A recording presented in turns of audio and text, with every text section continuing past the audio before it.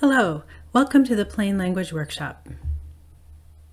Today we'll talk about what plain language is, why it's important, the elements of plain language, some examples, and some tools to help you check your text.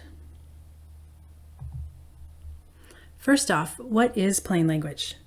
The Federal Plain Language Guidelines define plain language as communication your audience can understand the first time.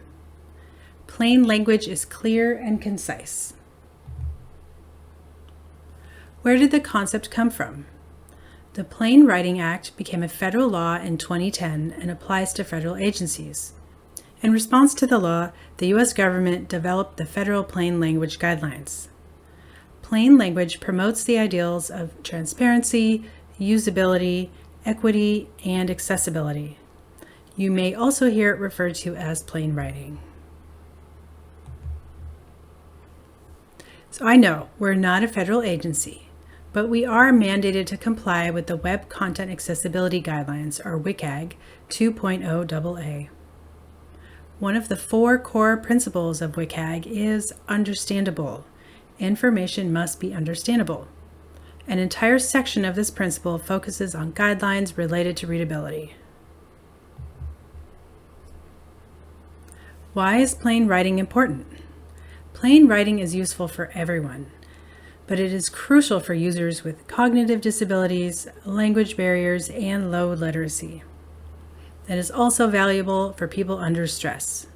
If you've ever frantically searched for information when your dog got lost or your cat ate a household plant, you might appreciate how helpful, clear, succinct information can be. Here are a few more arguments in favor of plain writing. Less text takes less time and effort to read. Clarity results in greater understanding and fewer errors. Plain writing saves everyone a lot of time. Imagine instructions so clear and well written that as a user, you only read them once and are able to complete your task. Or as the content owner, you don't have to spend hours every week answering questions.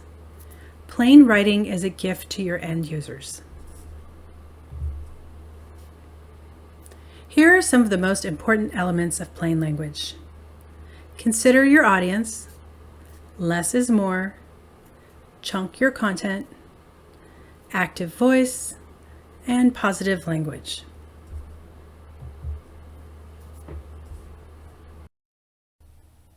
Let's start with your audience. Begin your communication with what's most important. Write for your intended audience. If you're writing for law students, it's acceptable to use terminology they understand and to increase the reading grade level. But keep in mind, just because somebody can read at grade 14 level doesn't mean they want to read everything at that level. For general communications, target an 8th to 9th grade reading level. Avoid jargon, be conversational, and finally, use pronouns, we for the organization and you for the end user.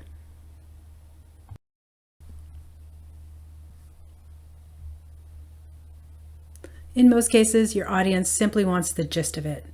If you're writing something to show how smart you are or how much specialized lingo you know, stop. The goal of communication is to convey information. When your reader's eyes gloss over and they start thinking about what to make for dinner, you've failed. Most of us spend a lot of years learning to write in a way that we believe is professional, and that often means we're too verbose. Less is more. Here are a few tips to help you be concise. Use short sentences and paragraphs. Cut unnecessary adverbs and modifiers such as very, generally, specific, and really.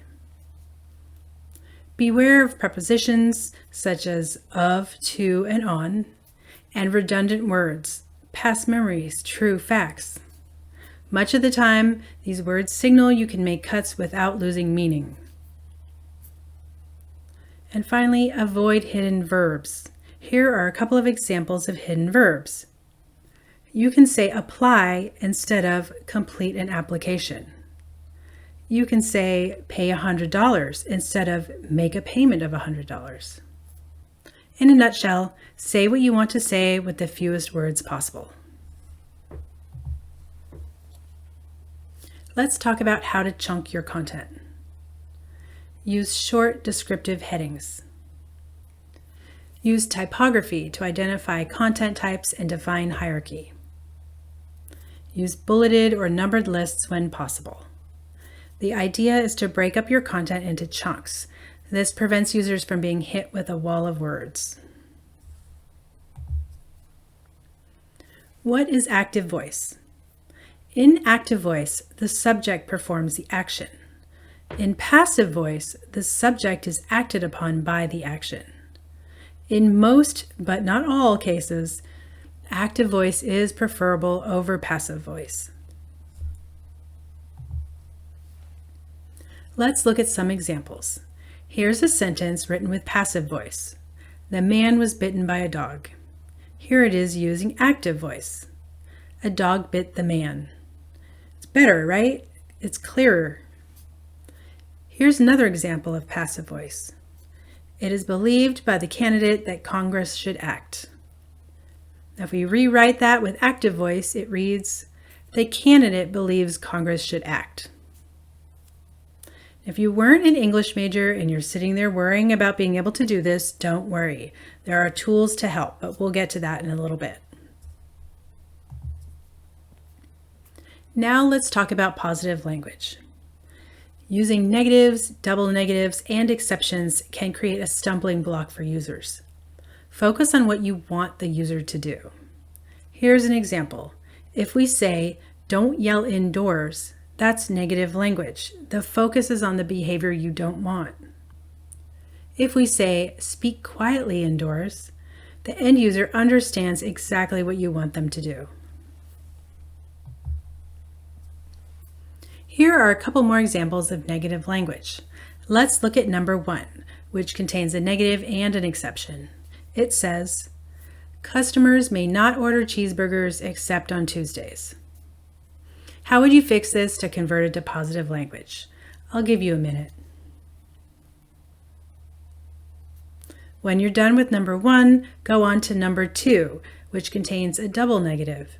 It says, customers may not make reservations without the owner's approval.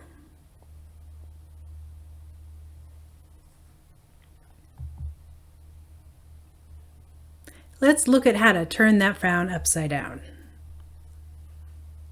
Before, the sentence said, customers may not order cheeseburgers except on Tuesdays. To fix this, you might say, customers may order cheeseburgers on Tuesdays. Or even better, if this is a customer-facing statement, you may order cheeseburgers on Tuesdays. Again, sentence number 2 before was, customers may not make reservations without the owner's approval. To fix this, you might say, customers must have the owner's approval to make a reservation.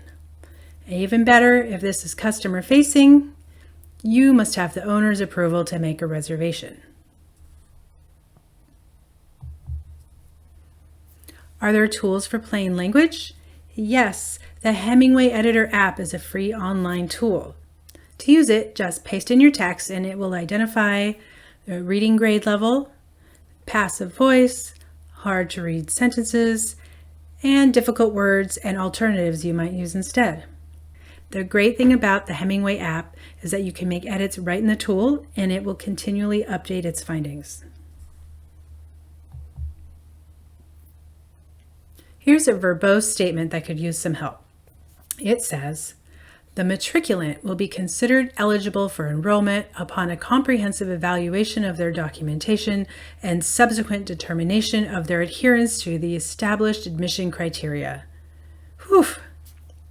When we paste this into the Hemingway editor, the results show a readability level of postgraduate. Grade 14 would actually be an improvement, but you should still aim for 8th to 9th grade level. The Hemingway app also found one use of passive voice, one phrase that has a simpler alternative, and one sentence that is very hard to read. So what do you think? Could this be said in simpler terms?